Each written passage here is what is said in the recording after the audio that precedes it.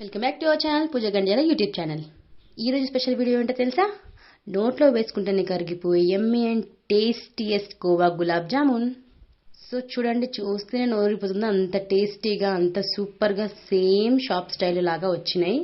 So మీరు కూడా ఇలా కోవా వేసి ట్రై చేయండి, ఎలా ఉంటుందో మీకు కూడా తెలుస్తుంది. సో ఫస్ట్గా కోవా ప్రిపేర్ చేసేసుకుందాం. సో ఫస్ట్ ఇది ఒక కడాయి పెట్టేసుకొని 1 లీటర్ వరకు పాలని కడాయిలో వేసేసుకొని బాగా మరిగించుకోవాలి. సో మరిగేటప్పుడు ఇలా అడగంటకుండా ప్రతిసారి కలుపుతూనే ఉండాలి. కలపడం మాత్రం ఆపకూడదు. ఇలా కోవా దగ్గర పడిపోయిన తర్వాత సో ఇలా కడాయి నుంచి సెపరేట్ అవుతుంది కొంచెం. అప్పుడు స్టవ్ ఆఫ్ చేసేసుకొని ఇలా ప్లేట్లో వేసుకొని చల్లారబెట్టుకోవాలి. చల్లారిన తర్వాత ఇలా మొత్తం ఒకసారి విడివిడిగా చేసేసుకొని ఎంటీఆర్ గులాబ్ జామ్ మిక్సర్ అయితే తీసేసుకున్నాను నేను. సో దాన్ని కూడా ఇందులో యాడ్ చేసి చేతితో బాగా మిక్స్ చేసేసుకోవాలి. సో కోవా అనేది కొంచెం ముద్దలుగా ఉంటుంది కదా, సో అలా లేకుండా మంచిగా 2 చేతులతో ఇలా మొత్తం పొడిగా అయ్యేటట్టుగా చేసుకోవాలి. సో ఉండలుగా ఉంటే మాత్రం గులాబ్ జామున్ అస్సలు బాగా రావు. సో అందుకోసం 2 చేతులతో బాగా ఇలా పొడిగా అయ్యేటట్టు చేతితో మిక్స్ చేసుకోవాలి. సో ప్లేట్లో కలపలేము కాబట్టి సో నెక్స్ట్ ఒక బౌల్లో అయితే యాడ్ చేసుకుంటున్నాను నేను.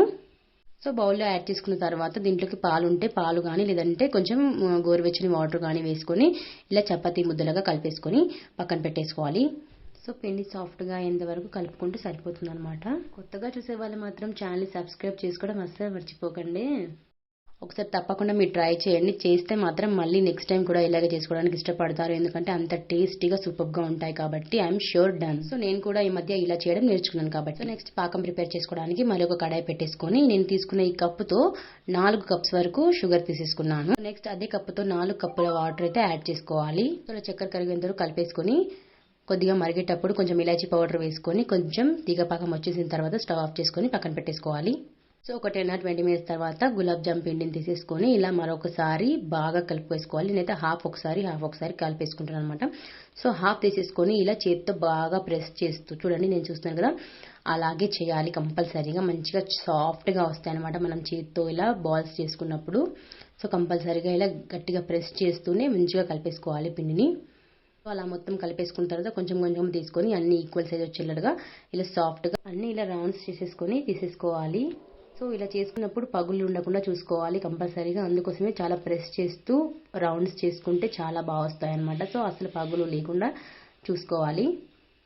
సో ఇలా అన్ని తీసేసుకొని ఒక ప్లేట్లో యాడ్ చేసుకుంటున్నాను. సో చూడండి ఒకసారి నేను చేసినవి ఎలా ఉన్నాయో. సో నేను అన్ని ఈక్వల్ సైజ్లో ఉండి అండ్ చాలా సాఫ్ట్గా, ఒకటి కూడా పగులు లేకుండా చాలా సాఫ్ట్గా చేశాను.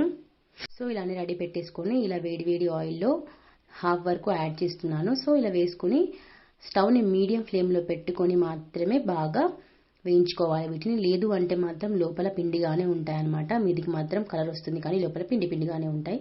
సో అలా చేయకుండా మీడియం ఫ్లేమ్లో 15 minutes వరకైనా సరే బాగా ఫ్రై చేసుకోవాలి. ఇలా మంచి కలర్ వచ్చేసిన తర్వాత ఇలా పేపర్ వేసిన బౌల్లోకి తీసేసుకొని తర్వాత పాకం అయితే గోరువెచ్చ కంటే కొంచెం ఎక్కువ వేడిగా ఉన్నప్పుడే వీటిని యాడ్ చేసుకుంటే మంచిగా పొంగుతాయి అనమాట. లేదు అంటే మాత్రం అలాగే ఉంటాయి. పాకం అంతా వాటికి పట్టేటట్టుగా కొంచెం వేడిగా ఉన్నప్పుడే గులాబ్ జామున్స్ని అందులో యాడ్ చేసుకోవాలి.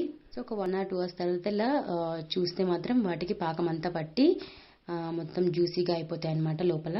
సో ఒక 2 hours తర్వాత మనం సర్వ్ చేసేసుకొని తినవచ్చు. సో నేనైతే సర్వ్ చేసుకుంటున్నాను మంచిగా. సో ఇంట్లో ఏ అకేషన్ ఉన్నా కూడా ఇలా కోవా వేసి ప్రిపేర్ చేసుకోండి గులాబ్ జామ్, చాలా బాగుంటుంది. సో ఇంతవరకు అయితే ఇంకెవరు ట్రై చేసి ఉండరు ఇలా, కానీ నేను మాత్రం ఒక దగ్గర నేర్చుకున్నాను. సో మీకు కూడా చూపిస్తున్నాను అనమాట. చాలా అంటే చాలా బాగుంది, నాకైతే మస్తుగా నచ్చింది.